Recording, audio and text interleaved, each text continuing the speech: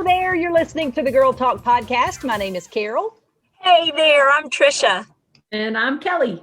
And we are excited to be back around this table today talking about the little things. You're like, what in the world does that even mean? Well, it's the little things that we do each and every day that not only make our lives better, but make lives better for those around us. And we're going to talk about that today. Why do you think it is little things that really make the biggest difference?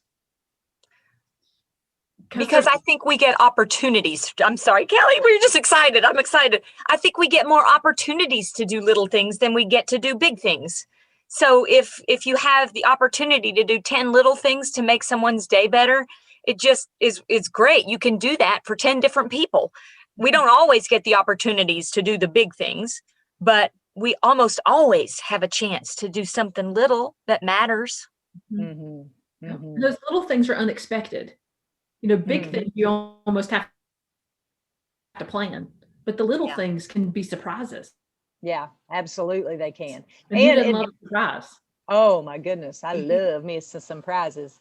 I think there's been a tendency in our world, I know we do it every day on the morning show called an act of kindness, but I hope that I think that we as believers can really set an example and really point people to Jesus through the little things that we do, through the ways that we act. You know, a lot of times somebody will come up to me and say, I've been watching the way that you do such and so.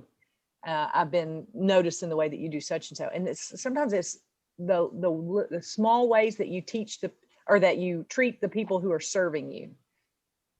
You know what boils my potatoes? What? Is that a bad thing? That is a bad thing. Okay. It boils my potatoes when I go out to a restaurant and I see people who are supposed to be believers who are so ugly to their waiters and waitresses. That boils my potatoes. Like, don't. Yeah. Like, you know what? They're working as hard, especially because I think our tendency is to live in this culture and to think that we're the only people that matter. And we're so selfish. We get so selfish about things. And, well, my tea glass is empty. Well, you gonna live. You are. You probably didn't need an extra glass anyway, you know. But they'll pitch a fit over that and, you know, leave a bad review or leave a bad tip. And, I think kindness always wins. Kindness is always the right road.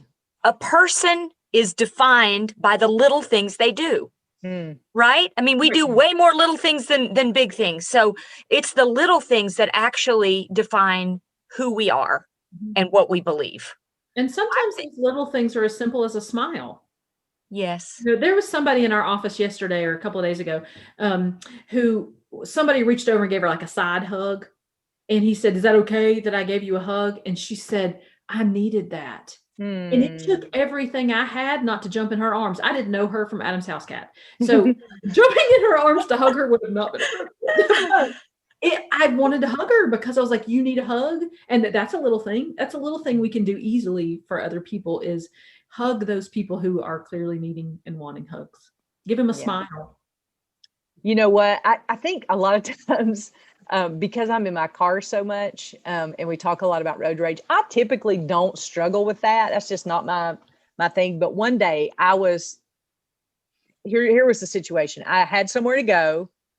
I was to be there at a certain time. I left too late to get there on time. So I was in a rush and I got behind this car and they were driving erratically and weaving in and out of traffic and blah, blah, blah. And so I was like, I'm getting behind them. I'm following, see where they're because they were just driving like a crazy person.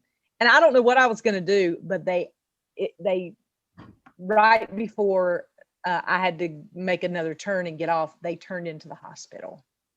And it was like God tapping me on the shoulder going, you have no clue what that person's going through. So you just need to chill out.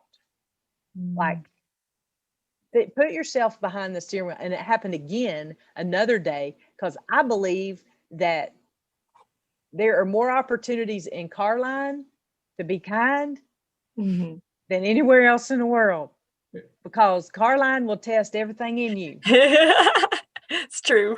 And there was one day in Carline, this lady was she just broke all the rules. You know, the car line rules. If you're a rule follower, you're like, you're not supposed to be doing that, and she was just breaking all the rules. Well, come to find out, I pulled up and she and I were in different lanes. So I was turning the other way and I happened to look over and just big old tears were just flowing down her face. And I was like, I don't know her. And she may have just gotten bad news. There's all sorts of reasons, but all I could think about was me and what I needed to do and where I needed to go and what my time schedule was. And, I think I've really, in certain circumstances in my life, been reminded by God to just say, you have no clue what other people are going through. So you just need, is the world going to end if you are 2 minutes late for your dentist appointment? No, it's not. Like, they're probably running behind anyway, Yeah. We have a tendency to always think of ourselves instead of thinking of the other person. And I think that was a valuable lesson to me now, that when I get behind somebody or beside somebody in car line, I have no clue what they're going through and what they're dealing with. And so I need to be mindful of that and to consider, the scripture that says, consider others better than yourselves, Yes. And then there's that great one in Luke, do unto others as you would have them do unto you. Absolutely. Now you're just meddling. The self-centered piece of it, really, it's just steps on my toes. Cause I just, especially when you're busy, you just think, well, here's what I've got to do. Here's the schedule I need to follow. And then, I don't know if this happened to y'all. I've been like running late, running behind. I'm in the grocery store. I got to pick up 3 things to go home to make for dinner. And then here's this person who comes up, and, there's this one person that I see from time to time, and I know she needs to talk, and I know she wants someone to listen to her. And literally I said to God, God, not today. I cannot do it. I cannot do it. And so, but then he was like, twice. Yes, you will. And so, I saw her twice. That's actually exactly true. And she saw me, which was, there ain't no turning back now. And I'm like, okay. And I felt God say, I want you to talk to her. I want you to love on her. And I literally had to turn my feet. I don't know if you know this, but there's a body thing we do when we don't want to talk to someone. We turn ourselves away, and you can see people's feet turning away from someone they don't want to turn to and talk to.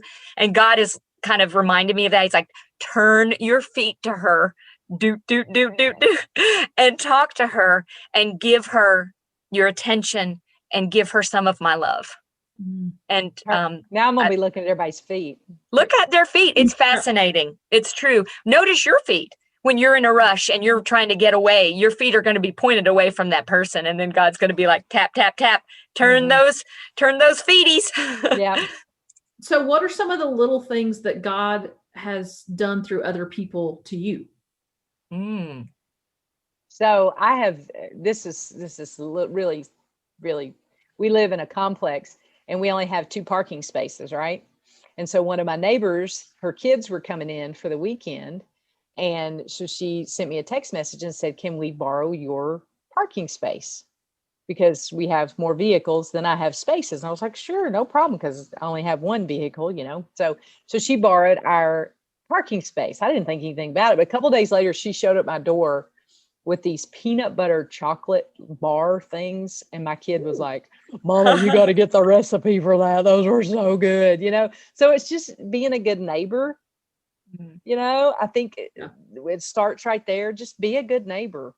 That's been a little thing that we've experienced recently, both, able to do something a little for somebody, but also to see a benefit to it. And she was so sweet to bring those by and to bless us in that way. I have really benefited from a kind word, a text, or an email from a friend who acknowledges something. That just means a lot. A friend of mine texted me the other day and said something real sweet. And I just held on to that because she didn't know, but I was having kind of a tough day. And I just needed that little bit of reminding. And I don't know that she knew that. It just happened to be the time that she was able to send the text, but it was the perfect time that I needed to hear it. Yeah, I think we probably have all gotten that text of praying for you at like just the right time. Like, you hiding in the bushes outside my house? Because I really needed that right now, you know? What about you, Boiling Kelly? potatoes. That's right. You know, my birthday was earlier this month, Mhm. and one of my girlfriends showed up at my house at the end of the day on my birthday with a balloon. Just a simple balloon. It's one of those balloons too that like will never go down. So it's gonna be like the gift that keeps on giving. And every time I think of it, I'm gonna be reminded of this wonderful thing that this friend of mine did for me, who I love dearly. And Mhm. it's a simple thing. It's a little thing.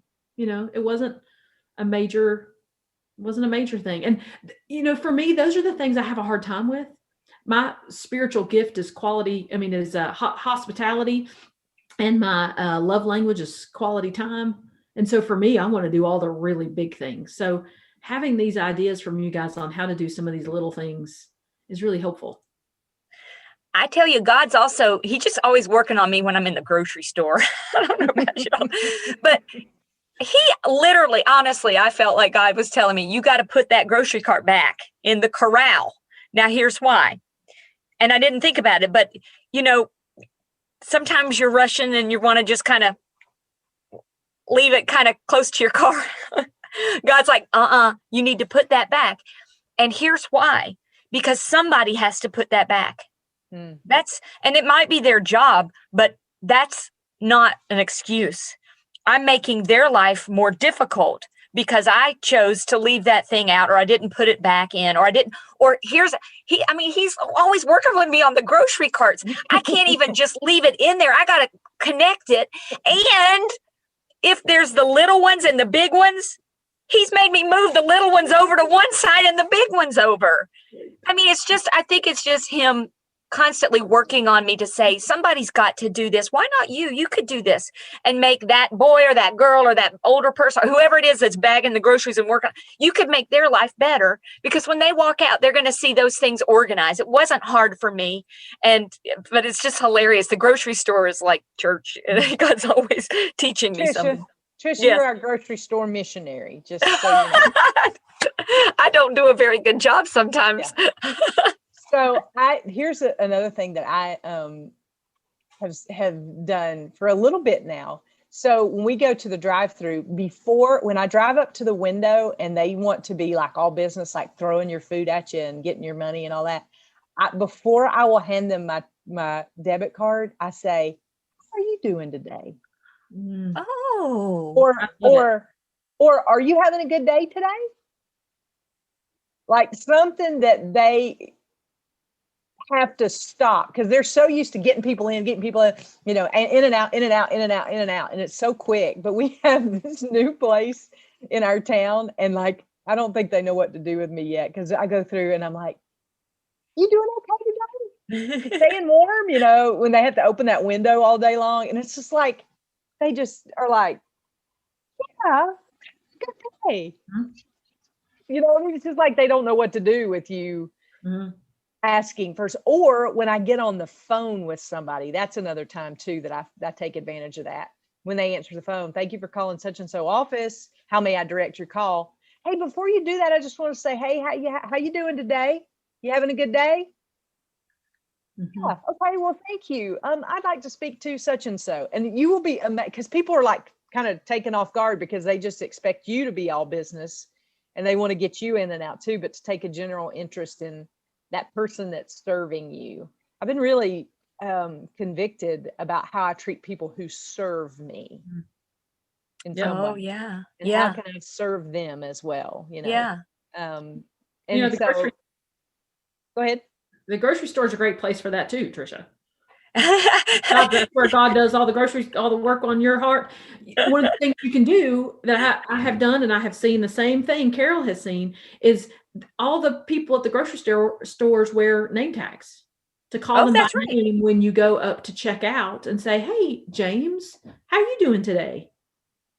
And it really, that's lovely. It breaks them up a little bit, but it like makes them also wonder why you're different. You know, what is it? Yeah. What is it about you that makes you different? And why are you talking to me different? And it's an opportunity, even if we never say the name of Christ, it's an opportunity for us to show the love of Christ. I think about that a lot, because let's say someone saw a good small thing we did for someone, a kindness, spending time talking to someone. Let's say they saw that, and then they happen to see you in your car and it says the Light FM, or it has maybe, like a Bible verse or something like that. And they go, oh, I mean, that you're right. That's living it out and being the hands and the feet and the grocery store ministry people of Jesus. And we're called to be holy and set apart, even in the grocery store. Especially in the grocery store. And I think that, just as if you wear a company logo on your shirt, like you realize that you are speaking for the company when you have that logo on, right? Yes. So, and I know a lot of times that we wear stuff with logos on it and we don't even think about it, but that all of our logos should be Jesus. Right. We wear his name around, and even though it may not be on our clothes and they may not know why, it may plant a seed in their mind to say, she was always kind to me. Mm-hmm. She was always nice to me. I ran into a girl that I went to high school with, and I hadn't seen her in as many years as I'd been in high school, but our kids were in some of the same activities. And I happened upon her, and she was talking to my daughter. And she said, I've always loved your mama. She said, even in school, she always included people who were on the fringes. Wow. And I didn't even realize I did that. I was like, but it meant so much to me. I need to go back and tell her how much that meant to me. But she said, you always included people. And I think it was really because it really was probably because I never fit in anywhere. And I just was like, y'all, come on, we can all not fit in together. I went through a really awkward phase 20 years of my life where I didn't fit in with anybody, and so I felt like I'd bring other people along to not fit in with me, but I'd really tried hard to include people because I knew what it was like to be left out. Mm-hmm. And so there's value in those little things, and including people, and turning your feet, and smiling when you don't have to, and asking how someone is when you don't have to. That all makes a big impact. And I think what we've happened upon here is that the little things really are big things. Mm-hmm. They matter, and people remember them. Obviously, if this friend of yours has remembered this for, a couple of years. Easy. It made an impression, and the kindness that we offer other people is lasting. Absolutely, it is. They will know we are Christians by our love, right? So let's go out today and love well. Do the little things. Make a difference. Go the extra mile to love today. We love you so great big, and we love you being a part of this community. Email us at girltalk@thelightfm.org. Join the Girlfriends of the Girl Talk Facebook page, and we will see you next time we gather right here around these microphones for the Girl Talk podcast.